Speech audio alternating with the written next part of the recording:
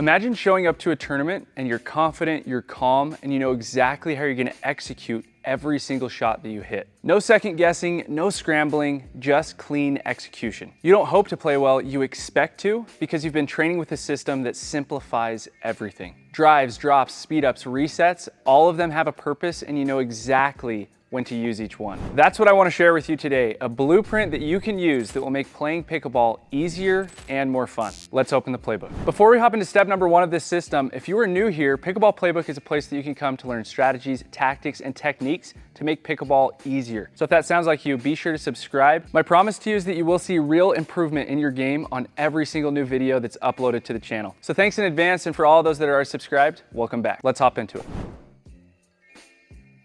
Step number 1 to this system is understanding who you're playing. So it's a 2-question process. You want to figure out who's the better player in each position. And so starting at the baseline, you're going to ask yourself, which player is more offensively inclined and which player is more defensively inclined? Which player is going to drive every single shot and which player is going to drop every single shot? After that, you're going to move up to the kitchen line and ask yourself those same 2 questions. Which one's more offensive and which one's way more passive? Is going to be a dink bot and dink every single shot. And then you're going to move on to the defensive position and figure out, if I'm speeding up the ball, which player has a better counter and which player struggles to counter more, or maybe just all around resets more. In the best case scenario, you know who your opponents are and you're gonna be able to figure this out prior, but a lot of the time you don't know who you're playing. And so it takes a couple of points to figure that out. And so the beginning stages of a match are a great opportunity to figure out, okay, who's the better counter, who's better at driving, who likes to drive a ton of shots, and maybe the person that drives more shots is the player that misses more shots. So you want to take that into account. And so you're going to call a timeout with your partner. After you've figured all this out, you guys are going to brainstorm together. Okay, returns are going to this player because they're more inconsistent. Or maybe returns are going to this player just simply because they're more passive. And then dinks are going to this player because they pop up their dinks a lot, or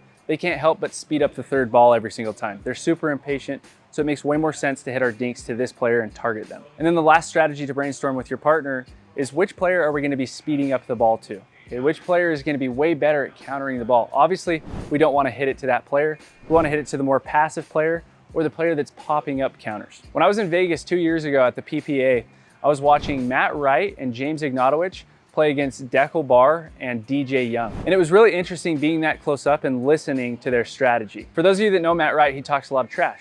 And so his strategy, he was just pretty much saying it out loud, honestly, probably so that DJ could hear it. But he was telling James, hey, speed up every single ball whenever you get an opportunity to DJ. He doesn't have a counter. And so part of his strategy was probably getting in his opponent's head. But realistically, this is a fantastic thing that he figured out. If we speed up the ball to Dekel, he has a way better counter than DJ does. So instead, speed it up to DJ, he'll pop up the ball and then we'll be able to put the ball away. Now keep in mind that you're using this strategy when you're playing in tournaments specifically. If you're playing in a rec game, it's gonna make way more sense to flip this strategy on its head and do the absolute opposite. So maybe you figure out, hey, this player has way better counters, so I'm gonna speed up the ball to this player in rec, whereas if I was playing in a tournament, I wouldn't wanna speed the ball up to that player. And the reason for that is because rec is an opportunity to practice. And so since it's an opportunity to practice, you wanna give yourself the best practice, and the way that you're gonna do that is by hitting to the better player. But keep in mind, when you get into a tournament, you're hitting to the weaker player. The whole goal in the tournament is to win. So use this strategy in both rec and in tournaments, but just flip it based off of the specific circumstance that you're in. Obviously, you want to improve your game, so use your best judgment.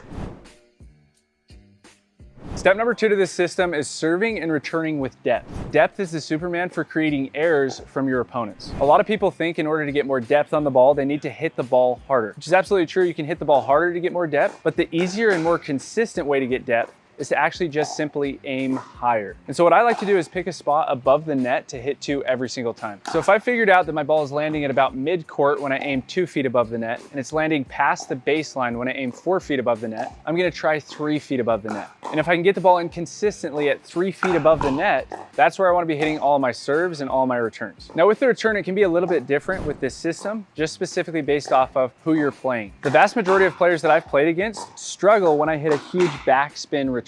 And typically they don't struggle if I hit it deep, they struggle if I hit it short and low in the court. Whenever you hit a backspin return short and low in the court and your opponents come up and drive that ball, they're automatically in a defensive position. And so if they choose to drive the ball, first of all, they're not gonna be very consistent because they have to hit it above the net. And second of all, they can't hit with that much power, otherwise otherwise they're gonna hit the ball on. And so it automatically puts that ball to your strike zone so that you can hit it down at their feet. And since you hit it short and low, now they're in a horrible position with both feet inside the court. And because of that, you have their feet that you can aim to on the court and hit down to. So again, it comes down to figuring out your opponent's weaknesses, what they struggle with, and then utilizing that as you hit the shots. Sometimes that will be a deep return, and other times it will be a return with tons of backspin that's short in the court. And here's a quick tip to have a more consistent return, is to not reach back as far. A lot of the time, players will have this huge swing like how they would do when they're hitting a drive. Instead of doing a big C, you're gonna do a condensed C as you hit through that return. So you're moving forward through the ball and it's just a condensed C instead of a massive motion like how you might do for a drive. It'll instantly increase your consistency.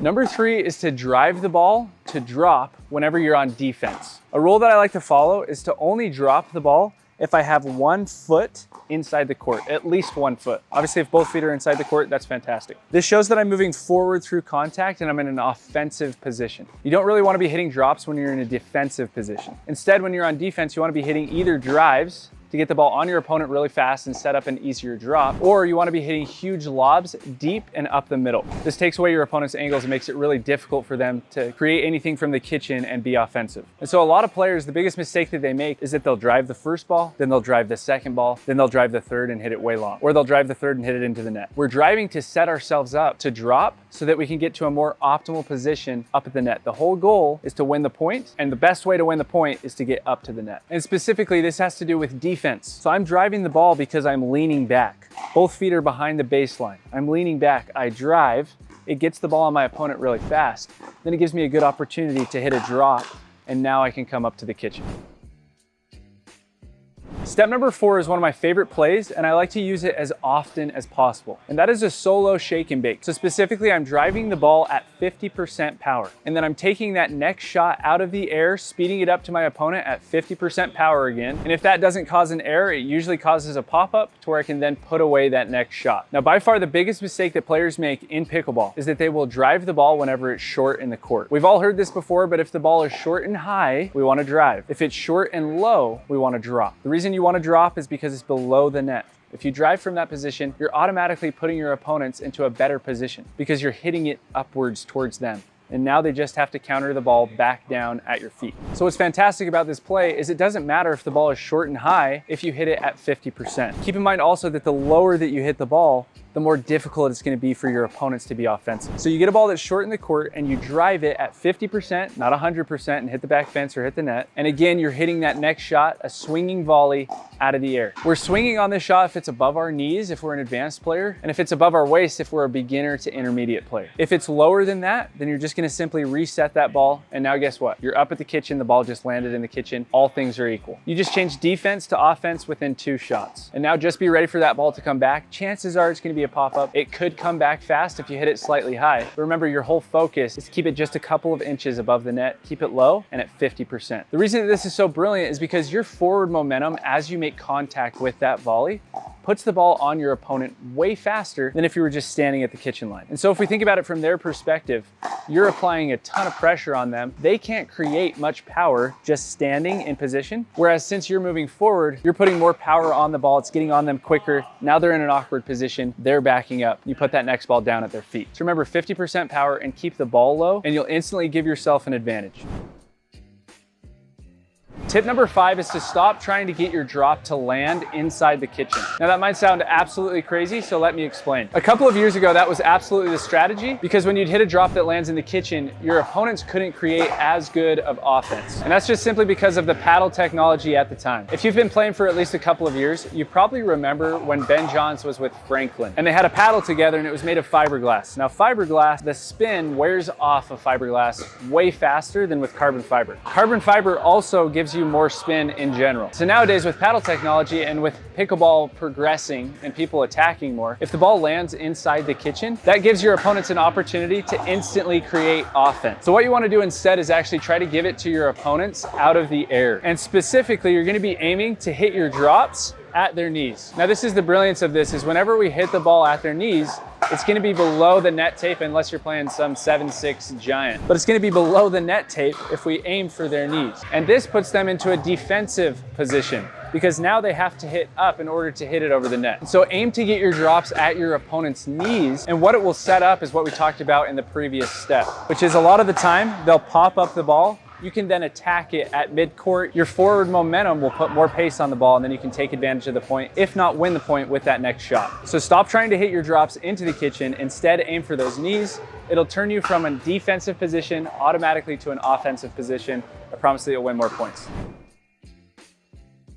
Step number 6 is that you need to rethink shot selection. You want to choose the right shot, not the safe shot. A great example of this is if you're dinking cross court forehand to forehand with your opponent and you choose to speed up the ball. The best location is obviously going to be to your opponent's right hip, typically if they're a right-handed player, because that puts them in the chicken wing position. But let's say in this circumstance, instead you speed it up through the middle. And let's say that you end up winning that point. That was the wrong shot selection, but you ended up winning the point. And the reason that you won the point is because the level that you're playing at. So that might work at your level and it might work below the level that you're playing at, but as soon as you play a player that's better, now you've built that bad habit of speeding up through the middle. And so you play a better team and now you speed up through the middle and that gets chomped down at your feet. And that's just simply because at a higher level, they're gonna be covering that middle shot. A few weeks ago, I was actually playing some basketball with my nephews and I was completely open and I did a jumper, shot the ball, and I ended up missing it. And both of my nephews in unison said, that's the right shot. And so even they understood, since they play basketball all the time, like that was the correct shot to do in that situation. An example of a bad shot would be if someone was guarding me and I did that same exact jumper. It wouldn't make much sense if they were literally on top of me. But since I was open, it was the right shot, even though I missed. And so the same applies to pickleball. And back to our example of dinking cross court, forehand side to forehand side, it might not be the smartest shot to hit the ball up the line. Let's say on that third ball, I get a ball that I'm comfortable speeding up the line. That's certainly not a safe shot, but it might be the right shot for the situation to apply pressure on my opponents,